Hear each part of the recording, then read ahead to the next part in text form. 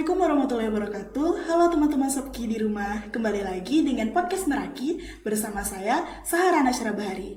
Nah, untuk menyambut 1 Muharram, kita dari podcast Meraki sudah kedatangan tamu yang sangat spesial, Bapak Ustadz Hendra SAGMA. Bagaimana kabar Bapak hari ini? Alhamdulillah sehat, baik. Nah, kami ada beberapa pertanyaan nih untuk Bapak. Pertama-tama sekali saya ingin bertanya, keutamaan membaca Al-Quran itu gimana itu hukumnya, Pak? Nah, kalau kita memahami Al-Quran sesuai dengan firman Allah Subhanahu Wa Taala, bahwa kita setiap Muslim wajib mengimani salah satu kitab suci Al-Quran. Nah, maka seorang Muslim harus dia mempelajari Al-Quran dengan baik. Mulai dari kita kecil, sehingga kita mempelajari. Orang tua sering kan mengajarkan kepada kita, mengajak untuk belajar Quran, mengaji. Nah, sehingga tidak cukup dengan hanya sampai di sana baca Al-Quran. Nah, tentu kita mempelajari makhraj, tajwidnya sesuai dengan bacaan yang baik dan benar, sehingga menjadi Al-Quran itu menjadi menjiwai dalam hidupnya. Nah, sehingga orang pandai baca Al-Quran tapi sulit untuk mengamalkan isi kandungan Al-Quran. Kenapa?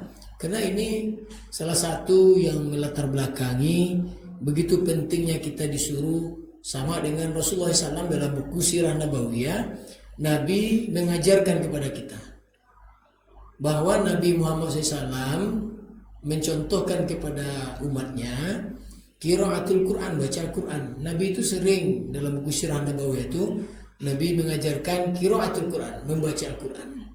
Imam Jarir menjelaskan satu ayat saja kita tidak baca Al-Quran dalam waktu 24 jam, maka terputus hubungan kita dengan Allah.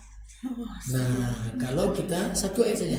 Tetapi kesepakatan para ulama, biasanya kalau kita sudah sholat, melaksanakan ibadah, tentu salah satu termasuk ayat di sana kan.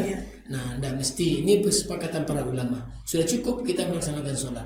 Tapi yang ditegaskan oleh Ibnu Jarir, memang betul-betul kita satu ayat itu kalau tidak baca Quran terputus hubungan kita dengan Allah. Bukan demikian? Oh, begitu ya, Pak. Iya. Tapi kan ada juga nih orang-orang yang sudah lanjut usia. Mereka kan dulu mungkin tidak sempat untuk belajar mengaji ya, Pak. Apakah mereka boleh gitu mendalami mengerti baca Al-Quran ini dengan lebih dahulu membaca terjemahannya dulu? Apakah itu boleh, Pak? Kalau membaca terjemahan boleh, dan ini juga kan menyangkut tentang pemahaman. Kalau kita paham dengan mana, banyak orang yang tahu dengan bacaan Quran tapi tidak bisa memaknai. Nah, lebih hebatnya dan lebih baiknya Al-Quran itu dibaca dengan fasih, dengan tajwid yang benar. Nah, lalu kita hafal. Setelah kita hafal, lalu kita amalkan dalam kehidupan kita. Kita lihat dengan terjemahan maupun tafsirnya. Mungkin demikian.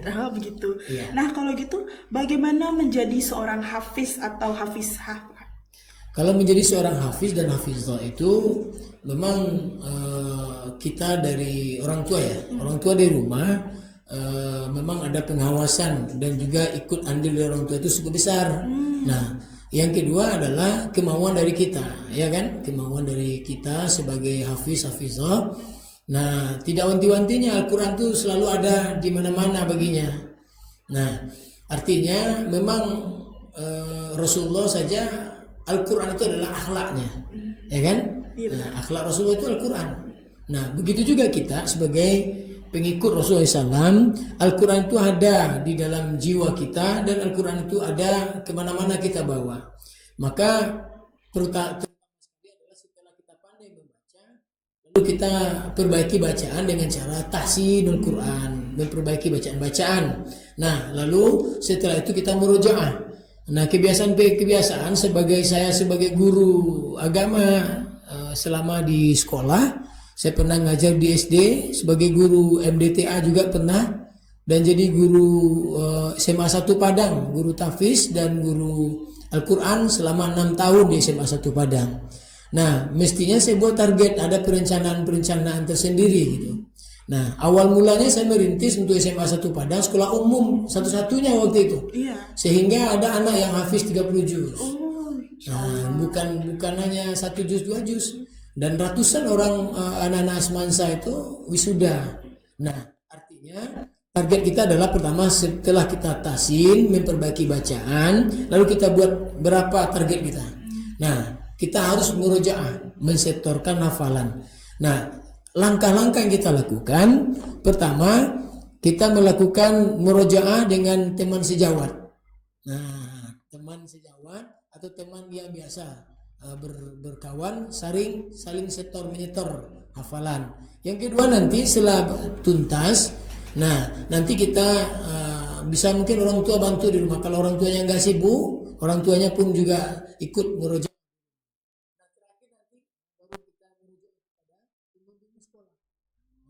Guru tahfiz sekolah.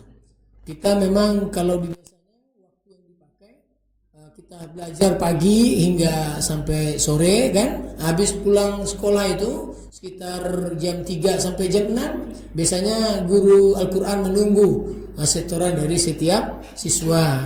Nah, mudah-mudahan bisa mengikuti insyaallah. amin. Semoga ya Pak. Ya. Nah, soalnya dari SMA 11 juga bulan Agustus ini rencananya bakal mengadakan wisuda tahfiz Pak.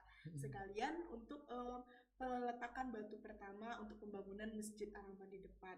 Nah, kami ingin bertanya nih, soalnya banyak ilmu yang saya dapat dari Bapak ya. Siapa tahu ini bisa nanti digunakan nanti untuk pas wisuda tahfiz. Persiapan apa saja untuk melaksanakan wisuda tahfiz ini Pak? Apa saja persiapannya? Kalau dalam pelaksanaan ketika saya sebagai pembina tahfiz SMA 1 Padang, dan juga saya pernah juga transfer ke SMA 10 Padang dan SMA 3. SMA 3 juga persiapan tahfiz, dan SMA 10 juga persiapan tahfiz itu diminta oleh kepala sekolah, 2 sekolah itu kepada saya. Pertama adalah kita melakukan terlebih dahulu siapa yang bertanggung jawab untuk tahfiz ini dulu, atau gurunya siapa. Nah, satu ya, nanti ayat demi ayat yang dibacakan oleh siswa setorkan kepada bapak ibu gurunya. Dilakukan murojaah sekaligus hafalan-hafalan dari setiap santri itu, setiap siswa itu. Nah, kita pastikan sudah berapa juz. Nah, kita perbaiki bacaan-bacaannya. Kalau sudah oke, nah yang sudah pasti, yang sudah jelas, anak ini nanti kita akan uji ketika wisuda itu. Nah, kita ambil berapa orang pilihan yang sudah bagus bacaannya. Nah, tetap kita melakukan setiap siswa setoran ayat kepada guru yang bersangkutan yang bertanggung jawab. Nah, itu kita data, kita lakukan penyaringan bacaan-bacaan mereka, dan yang terbaik itulah nanti kita tampilkan ketika mau wisuda. Nggak perlu semuanya. Nah, itu yang terkhusus kepada siswa. Yang banyak lagi ya persiapan wisuda itu tidak cukup dengan hal itu saja. Kita bentuk panitia nanti. Nah, bentuk panitia khusus ya, panitia yang bertanggung jawab. Dan siapa sih orang-orang yang akan kita undang? Nah, biasanya kita mengundang dari Departemen Agama sebagai tim penguji. Kita undang dari salah seorang dari instansi, misalnya Bapak Gubernur gitu kan. Nah, jadi biasanya Pak Gubernur juga tim penguji, dan termasuk nanti kepada Departemen Agama juga nanti sebagai penguji, dan beberapa lagi tim lain, misalnya guru-guru kita yang berasal dari ilmu Quran, yang hafiz Al-Quran. Mungkin begitu ya untuk gambaran kalau teknis nanti itu bisa kita kita musyawarahkan di sekolah. Mungkin demikian. Terima kasih ya ilmunya Pak. Nah, pertanyaan terakhir saya, harapan untuk pemuda-pemudi Islam di Indonesia Pak. Nah, terima kasih saya ucapkan ini kepada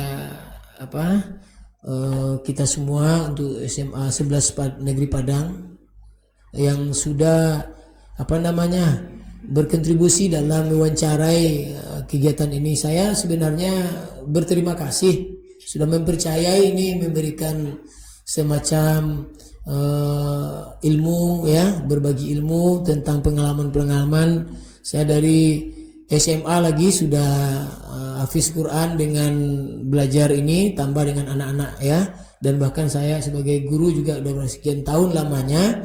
Namun pesan dan kesan untuk para pemuda ya dan harapan bangsa, mari kita jadikan Al-Quran itu sebagai pedoman hidup kita. Yang kedua, harapan bagi pemuda untuk kita semua adalah jangan kita abaikan Al-Quran, sebab Al-Quran kalau kita jauh dari Al-Quran itu, man a'radu an zikri fa innahu lahafizun, kata Allah, ya kan? Bahwa siapa yang jauh dari Al-Quran maka Allah akan berikan penghidupan yang sempit. Di harapan kita semua adalah jadikanlah Al-Quran itu pedoman hidup dan hafallah Al-Quran ini, nanti akan menjadi manusia-manusia yang menyesal kita kalau sudah tua. Kan sudah banyak pengalaman-pengalaman yang orang ini kan, penyesalan-penyesalan karena dahulunya mereka tidak bisa mengecap tentang yang kita rasakan hari ini. Benar. Sekarang sudah banyak pengembangan Al-Quran, rumah tahfiz di mana-mana banyak, ya kan?